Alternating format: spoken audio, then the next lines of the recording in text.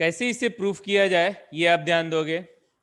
To show I is equal to E, I क्या बतला रहा है, आई एंगल ऑफ इंसिडेंट को रिप्रेजेंट कर रहा है और ई जो है एंगल ऑफ इमरजेंट को रिप्रेजेंट कर रहा है।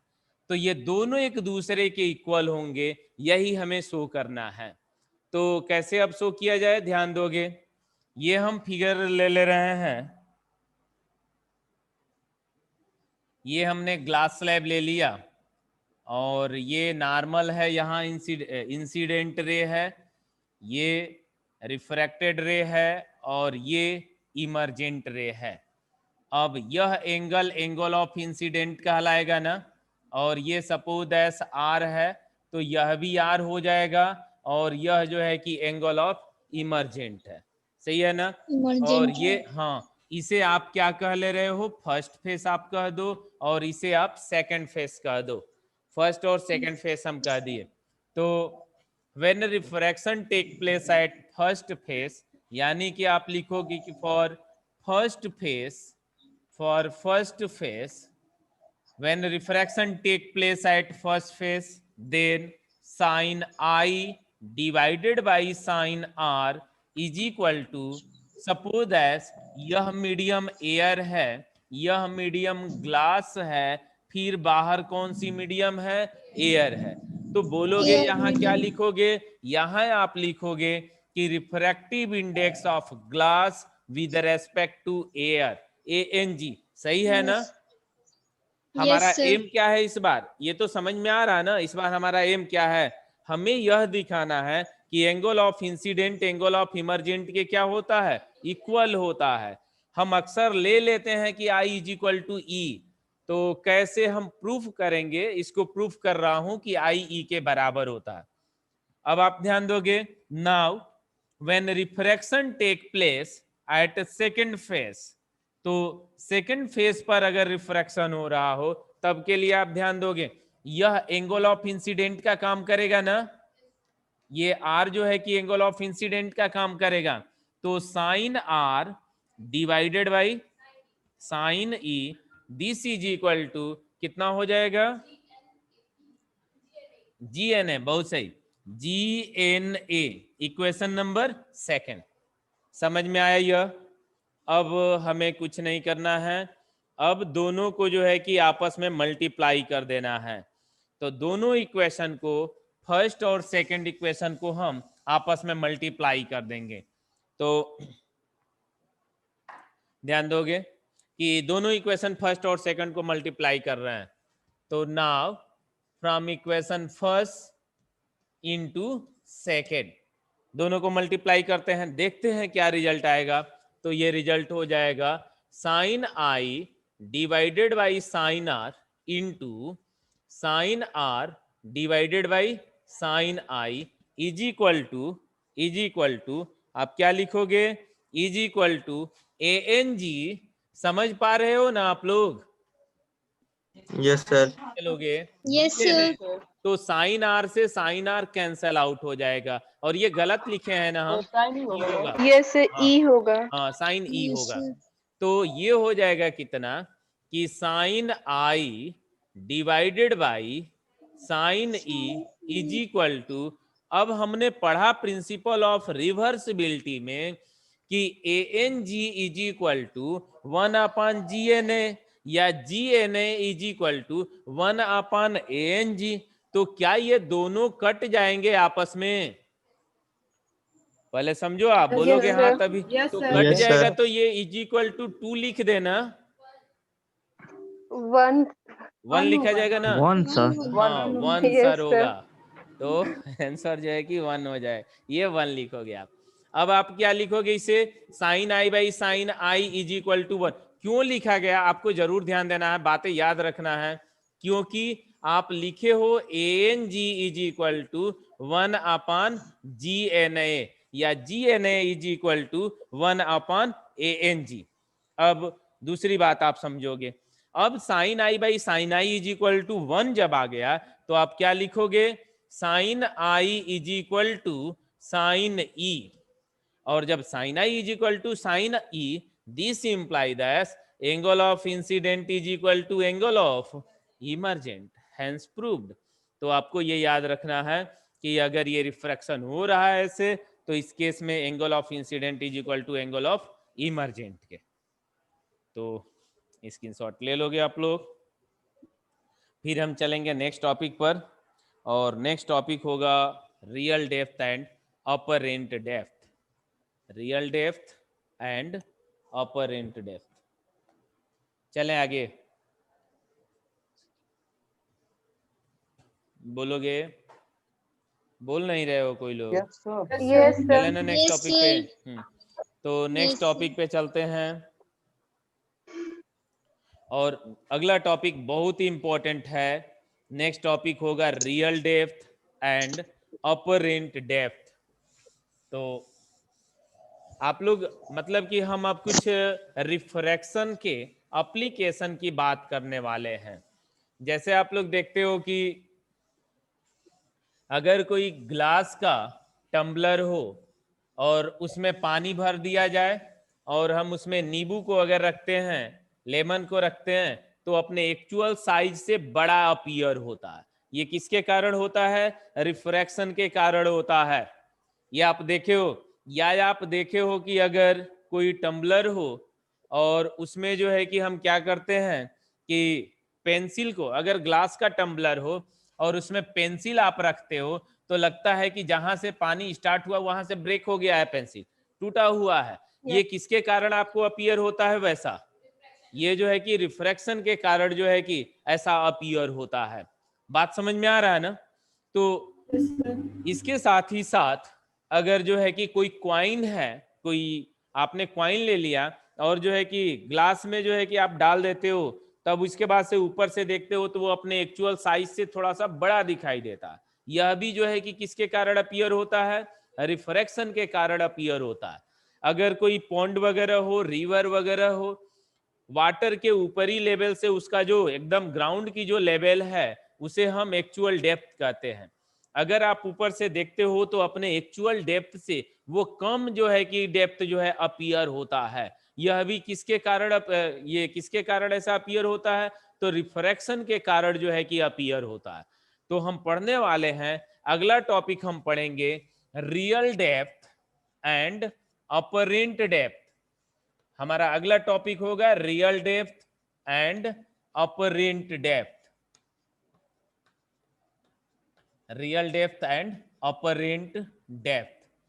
और ध्यान देना है, एक चीज और हम पढ़ेंगे, रिफ्रैक्शन के कारण सन जो है 2 मिनट पहले राइज हो जाता है और 2 मिनट बाद तक जो है कि हमें दिखाई देता है। ये एटमॉस्फेरिक रिफ्रैक्शन के कारण होता है। तो हम नेक्स्ट टॉपिक स्टार्ट करने वाले हैं real depth and apparent depth. तो ये जो है कि सपोज एज कोई लेक है और इसके अंदर कोई ऑब्जेक्ट है एकदम ग्राउंड पे। यहां जो है कि ऑब्जेक्ट हमने रखा,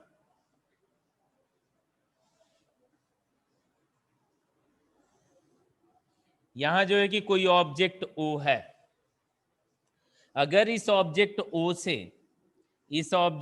से अगर लाइट सीधे जाती है, नॉर्मली इस इंटरफेस पर, एयर वाटर इंटरफेस पर इंसिडेंट होती है, तो बिना रिफ्रैक्शन के सीधे निकल जाएगी। बिना रिफ्रैक्शन के ये जो रे होगी ये सीधे जो है कि बाहर निकल जाएगी, ऐसे। बात समझ में आया ना? और अगर कोई रे ऑफ लाइट यहां से, इसी ऑब्जेक्ट से यह रे अगर यहां पर चलती है, तो अब देखोगे यहां पर कुछ ना कुछ एंगल ऑफ इंसिडेंट हो गया ना। इस केस में एंगल ऑफ इंसिडेंट 0 था, लेकिन इस केस में आप देख रहे हो कि यहां पर कुछ ना कुछ एंगल ऑफ इंसिडेंट है। और लाइट कहां से कहां जा रही है? तो लाइट इस डेंसर मीडियम से, वाटर से, इस डेंसर मीडियम से कहां जा रही है? रेयरर मीडियम में जा रही है। तो क्या यह नॉर्मल से अवे हो जाएगी? तो आंसर है कि हाँ, ये नॉर्मल से अवे हो जाएगी। तो जैसे लाइट यहां से जाती है तो ये नॉर्मल से अवे हो जाती है। तो नॉर्मल से ये अवे हो गई रे। अब आप ध्यान दोगे यहां से, अगर आप यहां से इसी रेज को अगर देखते हो तो ये जो ऑब्जेक्ट है ये यहां न दिख करके इसको पीछे मिलाने वाली लाइन जहां मिलती है वहां पर ये अपीयर होता है। तो ये आई पर अपीयर होता है। तो आई जो है कि क्या है, इस ओ का इमेज है। अब आप ध्यान दोगे, ऊपरी लेवल से ऑब्जेक्ट का जो डेप्थ है इस डेप्थ को हम रियल डेप्थ कहते हैं। ये क्या कहलाएगा, रियल डेप्थ कहलाएगा। और ऊपर से जहां इमेज हमें दिखता है इस डेप्थ को हम क्या कहते हैं, यह जो डेप्थ है इस डेप्थ को हम अपरेंट डेप्थ कहेंगे। इसको हम कैसे रिप्रेजेंट करेंगे, एच डैश से रिप्रेजेंट करेंगे। बात समझ में आ रहा है ना? ध्यान दोगे, एक बार और हम बतला दें इसका बेसिक कंसेप्ट, फिर फार्मूला डिराइव करें। किसी भी अगर लेक या पॉन्ड वगैरह में नॉर्मली हम किसी उसके बेस को ही अगर ऊपर से देखते हैं तो अपने एक्चुअल डेप्थ से कुछ ऊपर अपीयर होता है। किसके कारण, रिफ्रैक्शन के कारण जो है कि ऐसा होता है। तो जो ये एक्चुअल डेप्थ है उस डेप्थ को हम रियल डेप्थ कहते हैं। और जहां पर ऑब्जेक्ट या बेस इसका जो है अपीयर होता है उसे कौन सी डेप्थ हम कहते हैं, अपरेंट डेप्थ कहते हैं। तो यहाँ एच रियल डेप्थ है और एच डैश अपरेंट डेप्थ है। ये क्लियर हो गया ना, इतना समझ में आया कि नहीं? Yes sir. अब आप ध्यान दोगे यहां पर यह जो एंगल होगा यह एंगल ऑफ रिफ्रैक्शन होगा ना, यह एंगल ऑफ इंसिडेंट है। नॉर्मल और इंसिडेंट रे के बीच बनने वाला angle angle of incident, refracted रे और नॉर्मल के बीच बनने वाला जो एंगल है उसे हम क्या कहेंगे, एंगल ऑफ रिफ्रैक्शन कहेंगे। इसे आर से रिप्रेजेंट हम करेंगे। समझ में आ गया? अब आप ध्यान दोगे कि यहां के बाद से हम यहीं पर जो है कि स्नेल्स लॉ अप्लाई करेंगे। एक चीज और हम बतला दें यहां पर, ये एक चीज और हम लिख सकते हैं। ये जो ऑब्जेक्ट है यहां न दिख करके कहां दिख रहा है, यहां दिख रहा है। तो ये जो डिस्टेंस है ओ से आई तक का जो डिस्टेंस है इस डिस्टेंस को normal shift in position of image कहते हैं। इस ऑब्जेक्ट का इमेज कितना नॉर्मली ऊपर शिफ्ट हो गया इसे normal shift in position of image कहेंगे। और इसे सपोज ऐसा हम एक्स से रिप्रेजेंट कर दे रहे हैं, एक्स से वाई से जैसे भी रिप्रेजेंट करें, हम इसे एक्स से रिप्रेजेंट कर दे रहे हैं। तो हम अप्लाई कर रहे हैं स्नेल्स लॉ। आप लोग बोल नहीं रहे हो? From Snell's law, from Snell's law अगर आप स्नेल्स लॉ अप्लाई करते हो इस इंटरफेस पर तो ध्यान दोगे यहां जब आप स्नेल्स लॉ अप्लाई करोगे तो बोलोगे तो क्या लिखे हम, अगर लाइट इस डेंसर से रेयरर में रिफ्रैक्ट हो रही है तो बतलाओ स्नेल्स लॉ से क्या लिखा जाए, बोलो आप लोग। Sin I upon sin R is equals to हाँ, WNA. Sine I by sine r is equal to, आप लोग बतला रहे हो W N A, W N A यही बतला रहे हो आप लोग। मतलब एयर का वाटर के with respect refractive index, air का वाटर के, क्योंकि यह पहला मीडियम हो गया और ये कौन सी मीडियम हो गई, सेकंड मीडियम हो गई। और कोई भी ऑब्जेक्ट हमें ऐसा नहीं कि हम ऐसे देख रहे हैं और हमारी आंख से जो है रेज निकली और जो है कि दरवाजे से बिंड होकर के हम देखेंगे, सीधा देखेंगे। तो ये लाइट जिधर रिफ्रैक्ट हो रही है इसको सीधे पीछे बढ़ाने पर यहां पर जो है कि इसको कट कर रही है, नॉर्मल रे को कट कर रही है। तो यहीं पर इस ऑब्जेक्ट का इमेज बनेगा और इस पर्सन को ये जो ऑब्जेक्ट है कहां पर अपीयर होगा, यहां पर अपीयर होगा।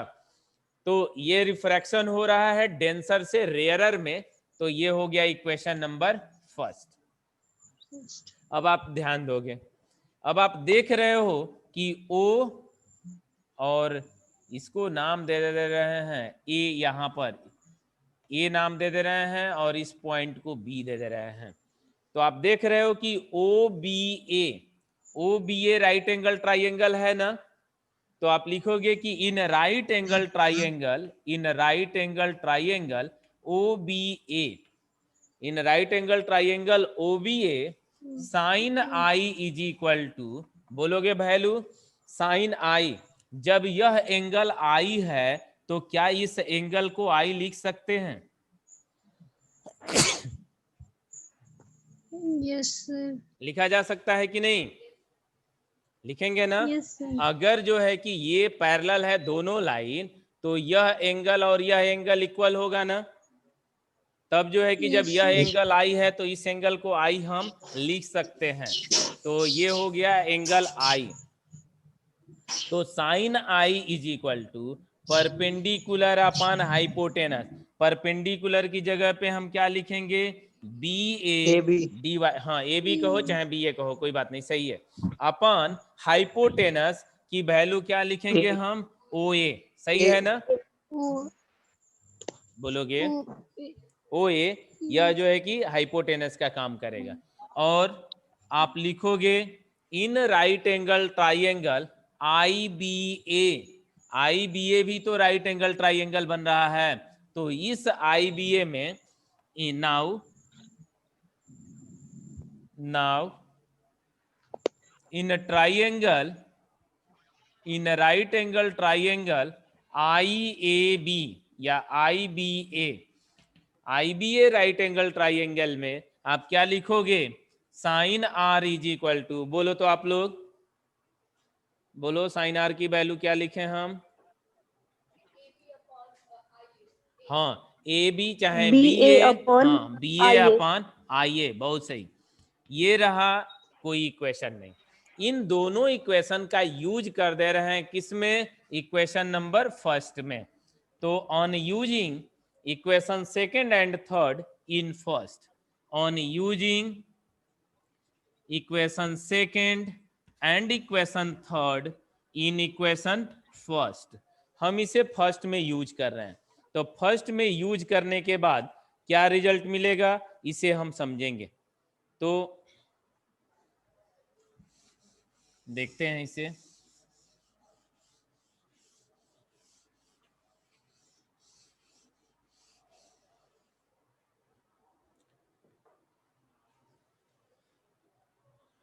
ध्यान दोगे क्या लिखा जाएगा?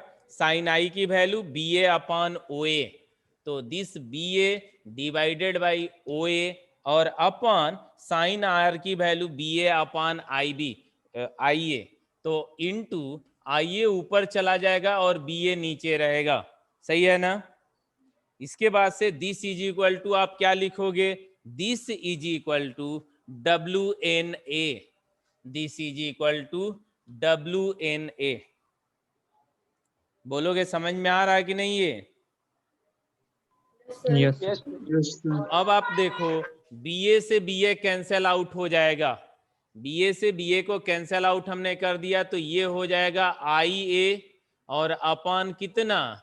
OA, this is equal to WNA। अब कुछ बातें हम कंसीडर करेंगे। क्या कंसीडर करना है वो थोड़ा सा आप यहाँ फिगर पे समझोगे, फिगर में देखोगे। यहां जो है कि ऑब्जेक्ट से जाने वाली जो रेज है, ऑब्जेक्ट से जाने वाली रेज हम पैरेक्सियल लेकर के चल रहे हैं, मतलब एकदम पास वाली जो है कि रे लेकर के चल रहे हैं। और ये दोनों इतने पास हैं कि लगभग अगर हम OB कहें चाहे OA कहें, ये दोनों डिस्टेंस जो है एक दूसरे के क्या है? इक्वल है। तो हम OA की जगह पे आप लिखोगे या लिख सकते हो ऐसे कि if A and B lies very close to each other, ये आपको दिख नहीं रहा होगा अभी हम इधर कर रहे हैं, lies very close to each other, यदि ये दोनों एक दूसरे के बहुत ही पास हो, अगर A और B एक दूसरे के बहुत पास हो, तो OA की जगह पे हम OB भी तो लिख सकते हैं। बोलोगे आप? नहीं बोल रहे हो? Yes, sir. हम Yes. ध्यान दोगे, एक बात और आप सुनोगे एक बार और फिर से। अगर B and A both lies very close to each other, then we can write OA is equal to OB। and also we can write IA is equal to IB. लिखा जा सकता है ना? यदि ए और बी बहुत ही एक दूसरे के क्लोज हो तो तब आप ध्यान दोगे. तब हम चलते हैं उधर, कैमरे को कर दे रहे हैं.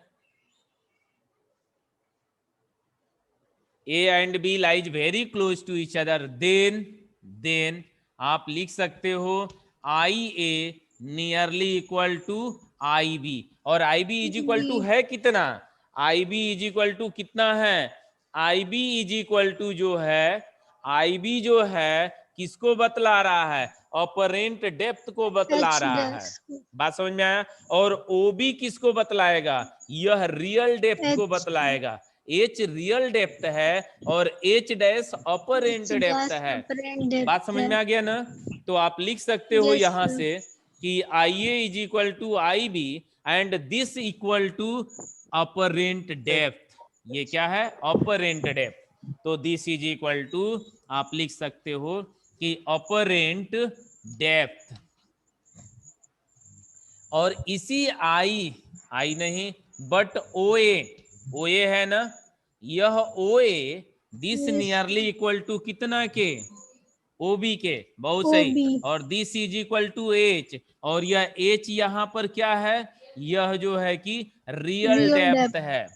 तब अगर यही वैल्यू यहां पर पुट करते हो तो दिस इंप्लाई दैट IA की जगह पे H dash upon H is equal to WNA लिखा जाएगा कि नहीं?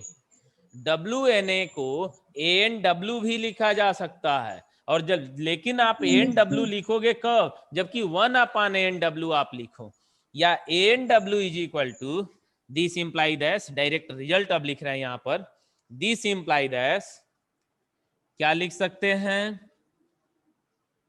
Real depth. ध्यान देना है, थोड़ा समझोगे क्यों हम लिख रहे हैं इतना. Real depth divided by apparent depth is equal to H by H dash. सही है ना? रियल डेप्थ को हमने H कहा है और ऑपरेंट डेप्थ को H डैश कहा है.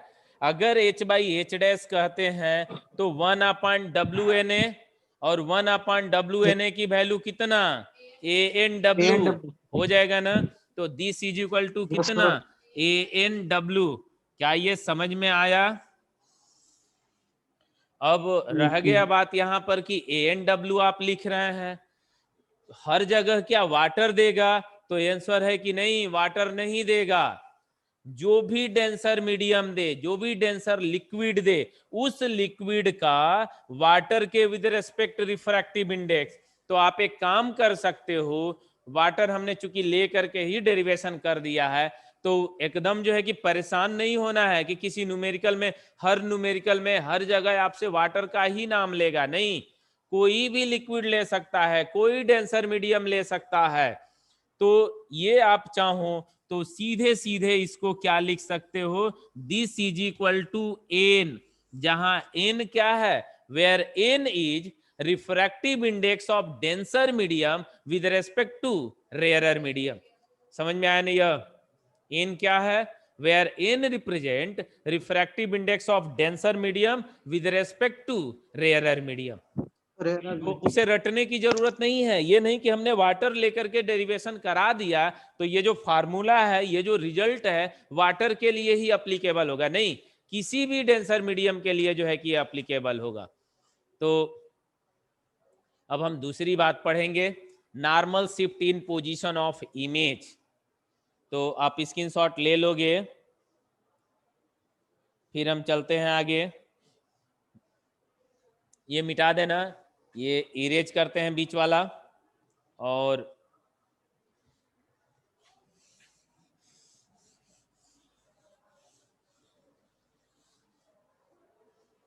कल अभी हम इस पे न्यूमेरिकल कराएंगे, आज तो टाइम नहीं है, कल इससे 2-4 न्यूमेरिकल कराएंगे.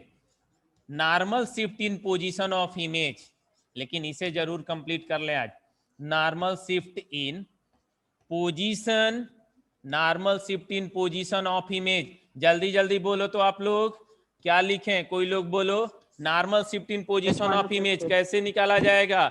Normal shift in position of image अगर आपको फाइंड करना है एक्स अगर फाइंड करना है तो एच में से एच डैश को घटा दें, सही है ना। तो normal shift in position of image x is equal to h minus h dash. बोलोगे समझ में आया कि नहीं यह?